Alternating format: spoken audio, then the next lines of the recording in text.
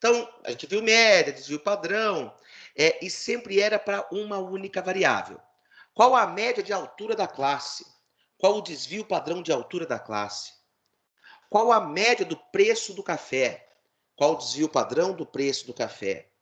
Qual a média da quantidade produzida de café? Qual o desvio padrão da quantidade produzida de café? A gente pegava uma única variável e calculava a média e desvio padrão. Agora, nós vamos tentar comparar duas variáveis. Mas para que comparar a relação de duas variáveis? Para que eu posso querer saber isso aí?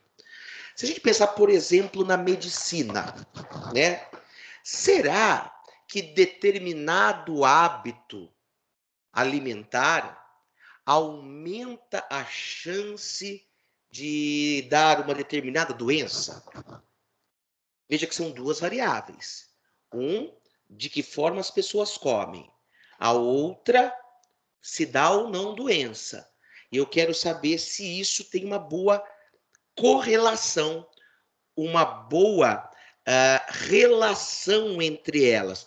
Se, de repente, ao analisar os dados de alguma pesquisa, eu perceber que quem come mais aqueles alimentos acabou tendo uma maior incidência daquela doença, eu posso supor que, olha, tem uma grande chance desse hábito alimentar causar, né, uma determinada doença.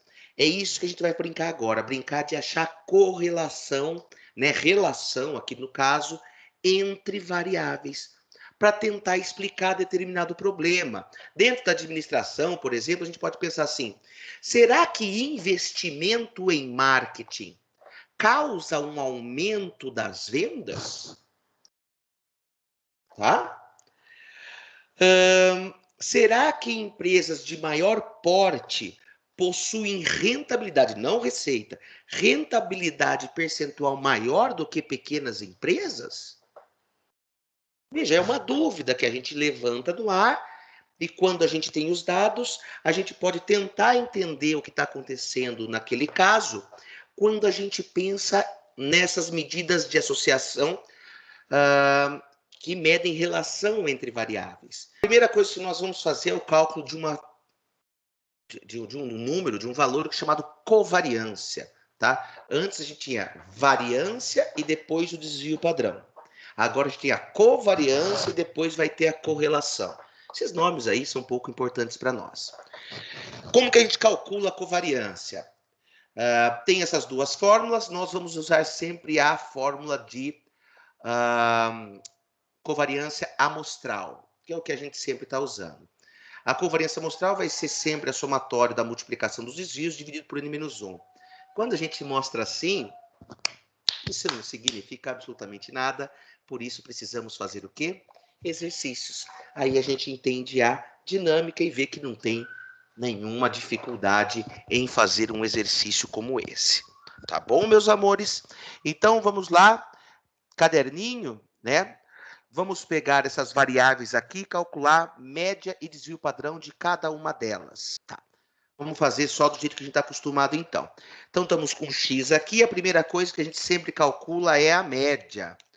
Como que a gente calcula a média na mão aí, né? Vão copiando, por favor, né? A média a gente vai fazer soma todo mundo e divide por 5. No Excel, ele já faz direto pela fórmula e a nossa média vai dar 5,8. No seguinte, a gente soma tudo e divide por 5 e chega na média também, que vai dar 9,6. Vou dar um tempo para vocês copiarem. Deixa bem bonitinho na sua folha, no caderno, coloca lá que agora é medidas de associação, covariância. E agora o segundo passo, a gente já fez isso, tá? O segundo passo é a gente calcular os desvios. Vai ser sempre cada um desses valores menos a sua média. Então, eu vou fazer esse menos a média. Vou travar a média aqui. E vou puxar. Vai ficar igual a esse menos a média que eu vou travar e vou puxar. Próximo passo, se a gente olhar lá no caderno, era pegar cada um desses desvios e elevar ao quadrado. Então, vou botar aqui desvio ao quadrado.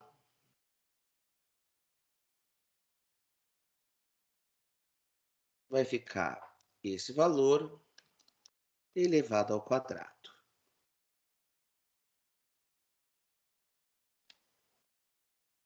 Então, lembrando disso, que a gente já fez isso. E agora, como que seria o cálculo do desvio padrão fazendo isso aí na unha? O desvio padrão seria...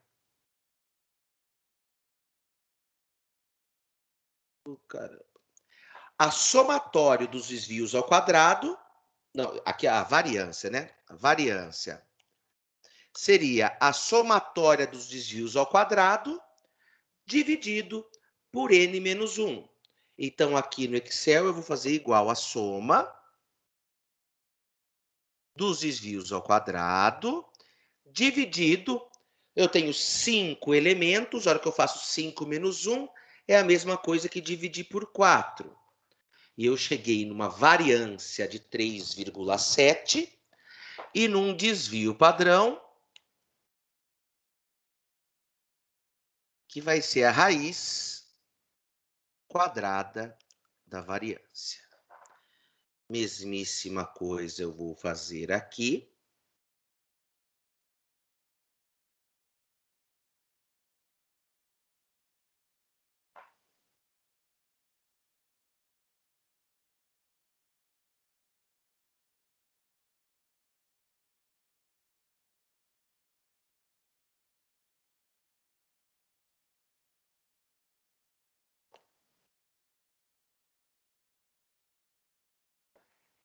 E daria também, que a gente fez uma aula de Excel, até antes da nossa prova, poderia ter calculado o desvio padrão direto pela fórmula, tá? A gente ganha tempo. Quem tem já o Excel aí prontinho, a gente pegava a fórmula 10vpad.a, que é o desvio padrão amostral.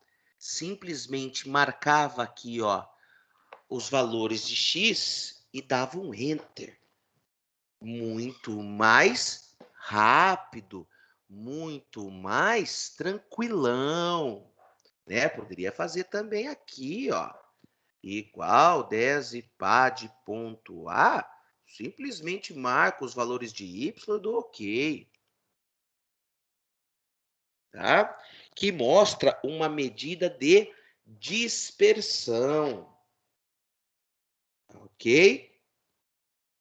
Para saber o quanto eles estão fugindo da média. Se eles estão até, né, parecem estar numa unidade muito diferente, a gente até poderia calcular o coeficiente de variação. O que era o coeficiente de variação? Simplesmente seria pegar o valor do desvio padrão e dividir pela média. Nem vamos fazer isso agora, não é o caso agora de fazer isso aqui. Tá?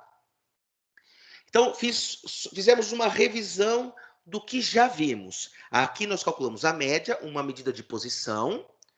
Calculamos o desvio padrão, que é uma medida de dispersão, o quanto foge da média. E agora nós vamos calcular a nossa medida de variação, de associação. Então, ó, a nossa formulinha, eu vou botar até no Excel.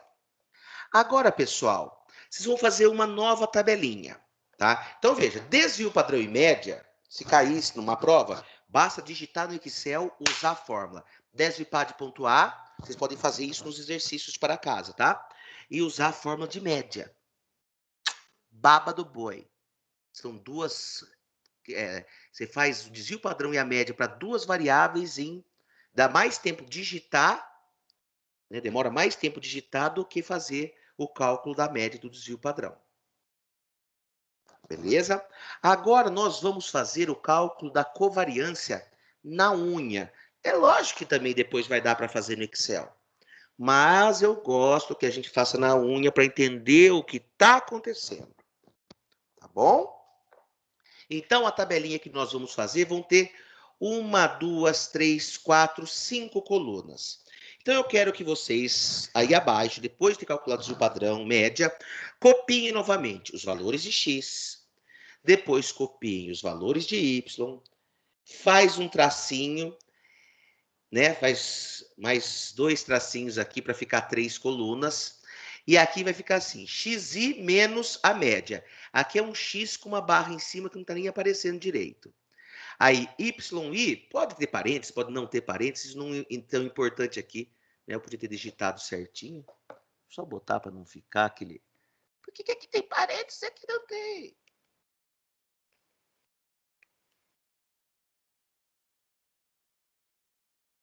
Tá? Aí, yi menos y barra, que é a média. E aqui vai ser xi menos x barra, que é a média, vezes yi menos y barra, que é a média. Então, vamos por partes. A primeira coisa que eu quero que vocês preencham essa coluna aqui, que simplesmente é pegar cada um do xi e tirar da média. Notem que a gente já tinha esse valor, né? O xi menos o x barra, nós já tínhamos no Excel. Vou até falar quais são os valores sem compartilhar a tela, que é menos 0,8, 2,2, 1,2, 0,2 e menos 2,8. Então, só copia um cálculo que a gente já tinha feito para fazer o desvio padrão de x. E agora, a quarta coluna é exatamente a coluna que a gente usou para fazer o desvio padrão do y. A nossa única novidade aqui vai ser fazer menos 0,8 vezes menos 2,6. Essa multiplicação desses duas expressões entre parênteses. Atenção, muita atenção, atenção. Agora, pessoal, é muito importante, porque agora o sinal vai importar. Tem jogos de sinais aqui. Menos com menos dá mais com mais vai dar mais. Aqui não foi o caso, mas toda vez que tiver um menos com um mais, aqui vai ser obrigatoriamente negativo também. Vou repetir. Aqui menos com menos dá mais, quando é multiplicação. Aqui mais com mais dá mais.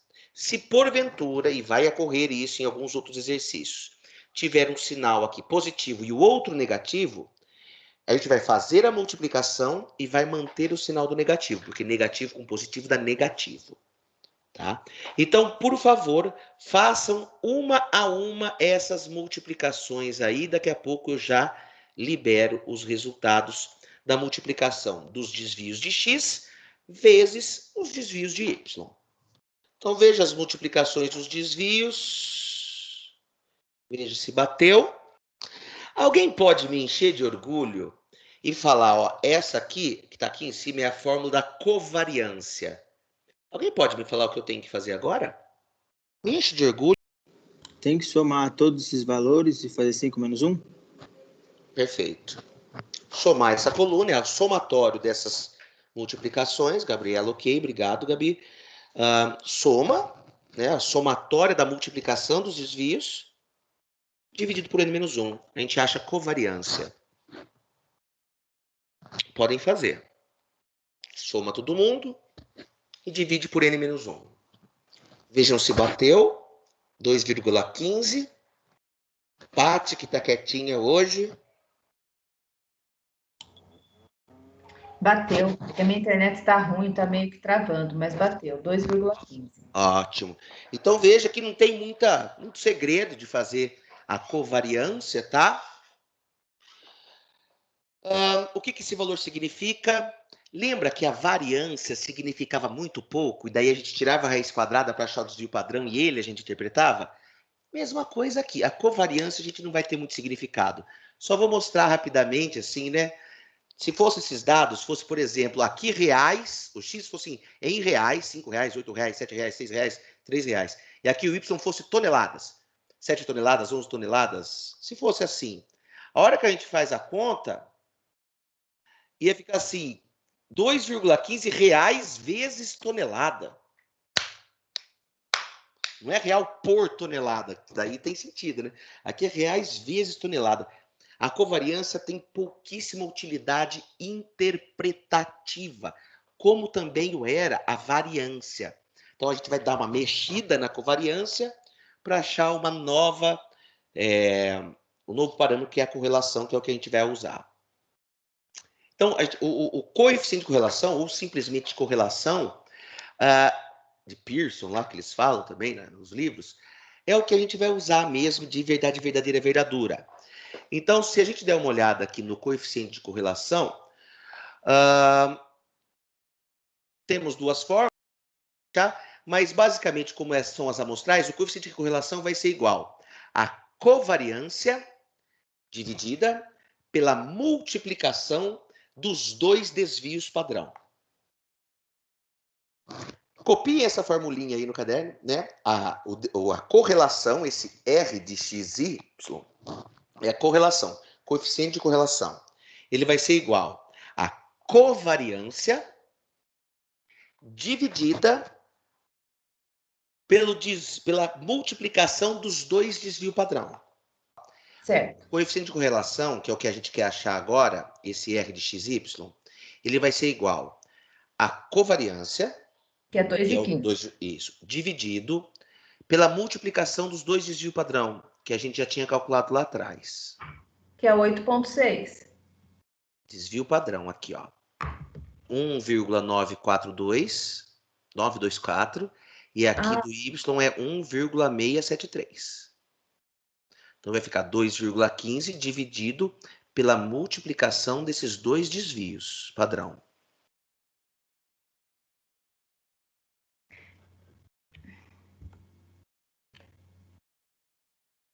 Eu não entendi, Edson. É assim, a formulinha é covariância dividida por desvio padrão de X vezes desvio padrão de Y. Você lembra como que a gente chegou nesses valores de desvio padrão? Sim. Isso, a gente pegava cada uma das coluninhas, menos a média, e levava ao quadrado, somava, dividia por menos 1, n menos 1 e tirava a raiz quadrada. Então agora é só fazer na calculadora. Esse desvio vezes esse desvio, anota o número.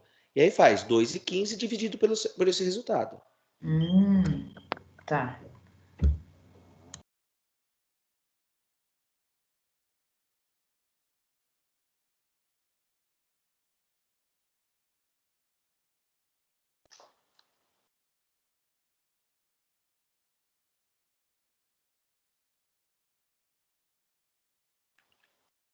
Então, veja, pessoal, uma coisa matemática, né? O covariância não era reais vezes toneladas? O desvio padrão está sempre na mesma unidade da variável. Então, se x fosse reais, aqui ia ser 1,9 real. Se aqui o y é tonelada, aqui seria 1,673 toneladas. Então, em cima e embaixo ia ter reais vezes toneladas. Corta, corta, corta, corta. Esse número a gente chama de número adimensional, sem unidade de medida. Ele é 0,66 purinho. E agora a gente vai tentar interpretar esse 0,66.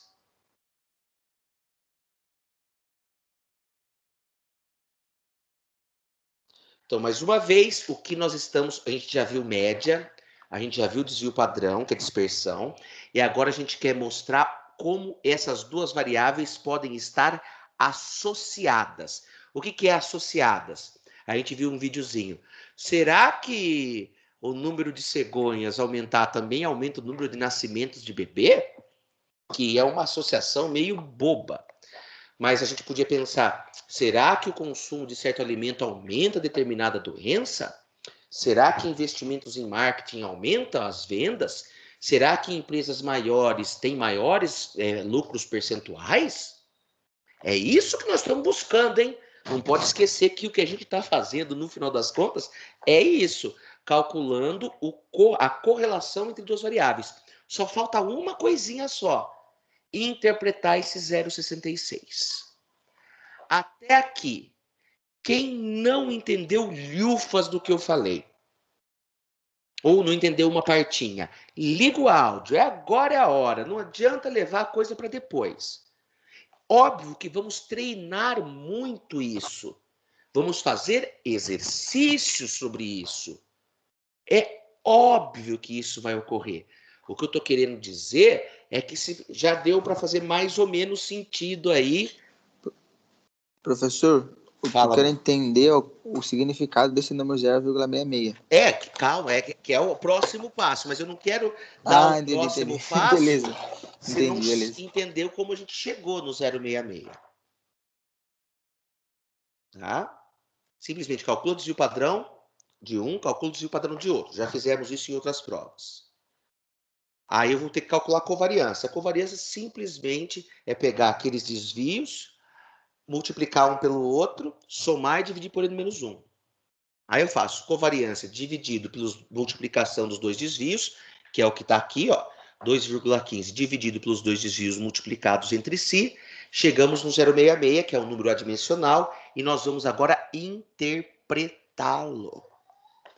Pois bem, qual que é a de correlação? Então, pessoal, o coeficiente de correlação é como se fosse uma régua. Essa régua vai de -1 até +1. Tá? Então, o -1 vai ficando cada vez maior, ou menos negativo, -0,5, -0,2, 0. Aí começa 0,2, 0,3, 0,4, 0,5, até 1.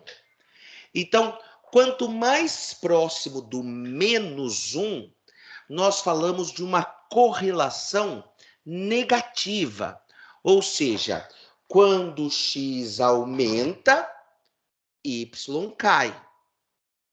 Até o -1 purinho, perfeitinho, quando x aumenta, o y cai na mesma proporção. Vamos pensar em alguma coisa que tenha correlação negativa. Duas variáveis que tenham correlação negativa. Vou começar a pensar alguma coisa aqui. Se o preço do arroz começa a subir muito, o que acontece com o consumo de arroz? Tende a acontecer com o consumo de arroz, né? Se o preço de um produto qualquer começa a subir muito, o que tende a acontecer com o consumo? As pessoas, a demanda pelo produto que elas consomem tende a cair. Então veja que são duas variáveis negativamente correlacionadas. Quando um aumenta, o outro cai. Tá? E se a gente pegasse dados, né? Por exemplo, ó, não vou fazer isso agora. Então, se eu pegar dados negativamente correlacionados, eles vão dar, a correlação vai dar muito próxima de -1. Esse valor 0,66 nosso é positivo, né? Quando a gente chega em uma correlação que é mais próxima do 1 positivo, a gente fala que tem uma relação linear positiva. Quando um aumenta, o outro aumenta. Vamos imaginar pessoas que fazem mais exercícios físicos e morte por e colesterol alto. Sei lá se existe, mas eu acho que existe, não sei. Então, assim, à medida que a pessoa, quanto mais exercício físico a pessoa pratica, mais tende a diminuir. Aí é negativo, né, Alisson? Então,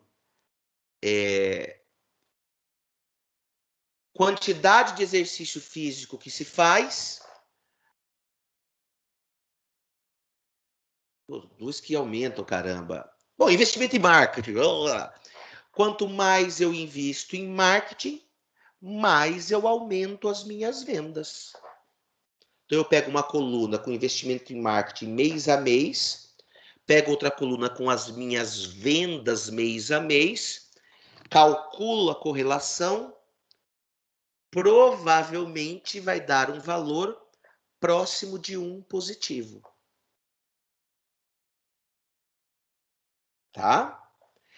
E se o número ficar próximo de 0, a gente vai falar que provavelmente não há correlação alguma. Se eu pegar, por exemplo, nascimento de bebês na cidade de Piracicaba, mês a... E numa outra coluna, eu pego número de árvores... tem que pegar um negócio bem absurdo. E pegar consumo de band-aids mês a mês, possivelmente a correlação, na hora que a gente calcular, vai ser próxima de 0, demonstrando que uma coisa não tem nada a ver com a outra, a não ser, né, como a gente já viu no caso das cegonhas e das crianças, que tenham algum fator anterior que cause aumento na procura por band-aids, ao mesmo tempo que aumenta ou diminui o nascimento de bebês em Piracicaba, tá? Mas, assim, a ideia nossa é essa, de calcular uma correlação, e essa correlação nos dá de 3 informações. Será que quando eu aumento uma variável, a outra também tende também a subir? Ou, será que quando eu aumento uma variável, a outra tende a cair? Ou, será que quando eu aumento uma variável, a outra não tem nenhuma tendência ou a cair? Ela vai seguindo o seu próprio caminho, independentemente da outra? Juro, estou pedindo de coração. Deu para entender a ideia de correlação? Que eu quero ver como que 2 variáveis se comportam. Basicamente de 3 formas. Se uma aumenta, a outra aumenta. Se uma aumenta, a outra cai. Ou elas não têm relação alguma entre si. E quem vai me dar esse número? Quando a gente fizer a continha, o coeficiente de correlação. Que ele vai dar positivamente correlacionado quando ficar mais perto do 1 positivo, negativamente correlacionado quando ficar mais perto do menos 1 negativo, ou quase que sem correlação quando ele estiver mais próximo do 0. Falem para mim. Eu acho que entendi sim. Mas tá. aí Óbvio, fazendo vamos fazer exercício, exercício, aí lógico. vai Compreender ficar melhor. verdadeiramente só depois de exercício. O que eu estou querendo saber é se eu falei grego ou se deu para ter uma ideia, né? Então, a média mostra o elemento central. O desvio padrão mostra o quanto foge da média. E a correlação mostra se 2 variáveis, como que elas se comportam. Só para fixar mesmo. Pode falar, Patrícia. Desculpa, Murilo. Não sei se eu já perdi ou se você ainda vai falar. Nesse caso, do 0,66, como é que se comportaram as 2 variáveis? Eles estão mais próximas do 1 do que do 0. Então, uma primeira coisa que a gente pode falar é que eles têm uma correlação positiva, não é aquela mega correlação positiva, mas aparentemente esses dados possuem uma correlação positiva e mais próxima do 1 do que do 0. Né? Ele passou de 0,5. Então, tendemos a acreditar que eles têm uma correlação positiva não muito forte, mas que essa correlação nos mostra que, na maioria das vezes, quando um sobe, o outro sobe, quando um cai, o outro cai. Que é mais ou menos o que acontece, né? Se a gente olhar os dados mesmo, como que está aqui os dados? Ó, vamos ver. Quando subiu de 5 para 8, aqui subiu de 7 para 11. Aqui caiu de 8 para 7. Aqui manteve de 11 para 11. Então, aqui não foi bonitinho. Aqui caiu de 7 para 6. Aqui caiu de 11 para 10. Aqui caiu de 6 para 3. Aqui caiu de 10 para 9. Então, assim, olha, de 1, 2, 3, 4, de 4 vezes que eles variaram, em 3 vezes eles foram na mesma direção, Paty. Que daí é o exemplo da dengue e do sorvete. Não entendi nada. Não entendeu tudo. É que o exemplo da dengue do sorvete é uma coisa à parte. Então, deixa eu explicar de novo para você, meu amor. Eu posso pegar duas séries de dados e eles serem, por exemplo, positivamente correlacionados. E o que pode dizer essa positividade de correlação? Olha, em geral, quando o preço sobe, o valor da tonelada também aumenta. Então, vamos imaginar que, nesse caso aqui, fosse assim. Será que quando o preço sobe, as empresas produzem mais para aproveitar aquele preço mais alto? Acabei de inventar esse problema. Fazendo a conta, parece que sim, né? Ó, uma correlação aqui de 0,66, parece que na maioria das vezes, quando existe um preço maior, as empresas respondem produzindo mais. Beleza até aqui, Paty? Sim, beleza. Faz sentido. Veja que Sim. faz sentido isso. Eu calculo a correlação e faz sentido eu interpretar que talvez o que se produz é muito influenciado pelo preço do que se produz. As pessoas produzem mais quando o preço está mais alto. Estou fazendo um estudo do meu mercado, por exemplo. E faz muito sentido isso. Por outro lado, se eu pegar uma série de dados de sorvete e uma série de dados de dengue, provavelmente eu vou fazer a conta de correlação e dê 0,9. Mas veja que não faz sentido eu dizer que o consumo de sorvete aumenta a incidência de dengue, muito menos que a incidência de dengue induz as pessoas a tomar mais sorvete. Veja que isso não faz sentido, mesmo a correlação sendo, por exemplo, 0,99. Por quê? Porque não tem nada a ver uma coisa com a outra. Então, quando eu dei o exemplo da cegonha e das crianças, quando eu dei o exemplo do sorvete e da dengue, foi para mostrar que eu até às vezes posso calcular a correlação de duas coisas e essa correlação, por exemplo, dá muito próxima de 1. Porém, não faz sentido algum falar que elas têm uma relação de causalidade, porque uma não tem nada a ver com a outra.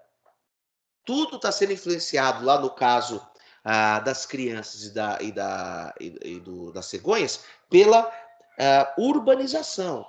E no caso da dengue e do sorvete, pelo clima. Nos nossos exercícios, nunca eu vou dar uma coisa que não tem nada a ver uma com a outra para você falar que não tem relação de causalidade.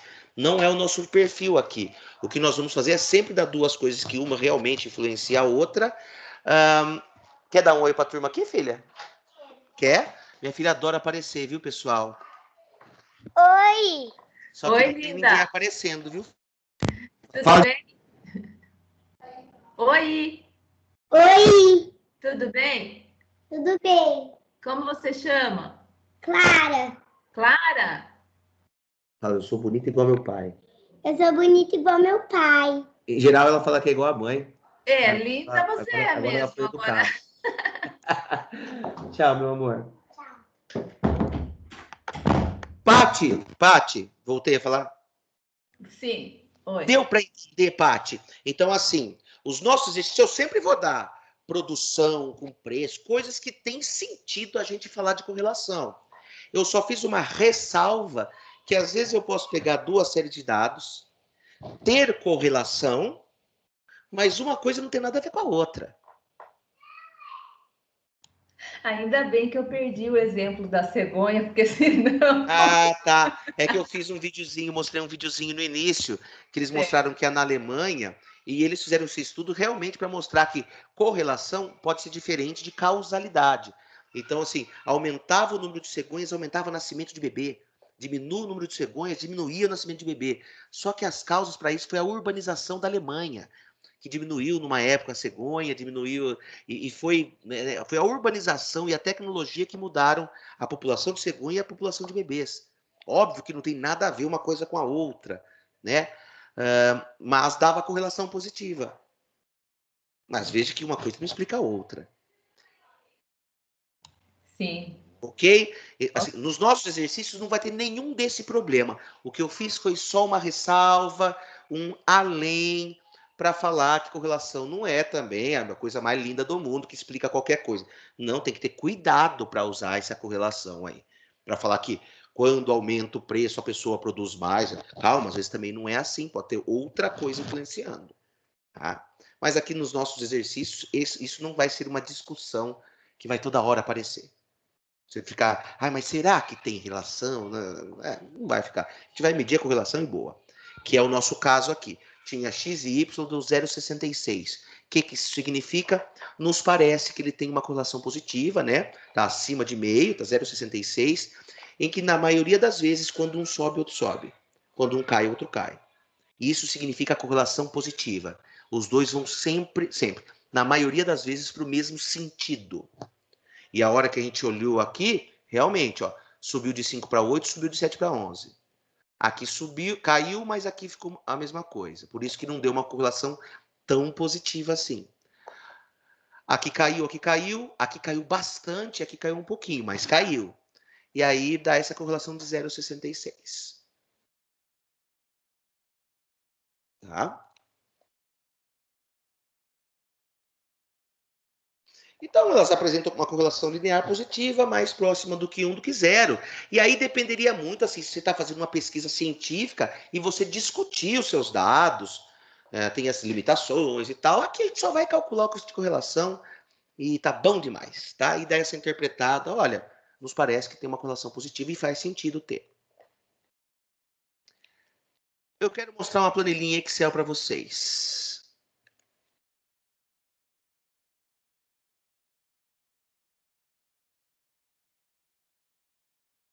Essa aqui.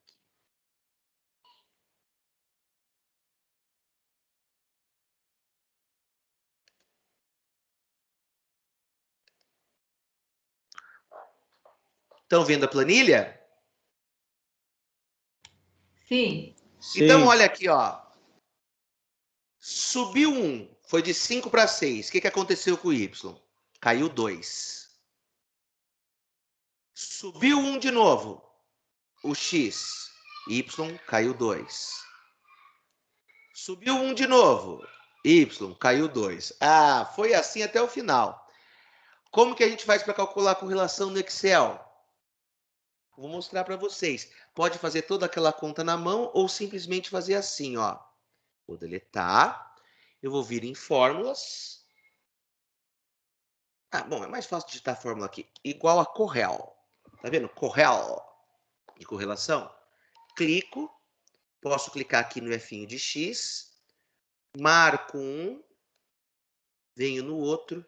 Marco a outra coluna. E dou OK. Olha que beleza! Sem problema algum. E veja, dá até uma reta aqui, né? Se eu fizer um tracinho aqui, dá perfeitinho uma reta. É perfeitamente negativamente correlacionado. Sempre que x aumenta em 1, y cai 2. Por isso que a correlação deu menos 1. Perfeito. Não tem nenhum caso que foge a essa regra do x cair 1 e o y subir 2. De x subir 1 e y cair 2. No outro caso, eu fiz o inverso, né? Foi de 5 para 6, foi de 40 para 42. Foi de 6 para 7, foi de 42 para 44. Foi de 7 para 8, foi de 44 para 46. Ou seja, toda vez que sobe 1 de x, sobe 2 de y. Fica até uma reta bonita aqui, né? E a hora que a gente calcular a correlação,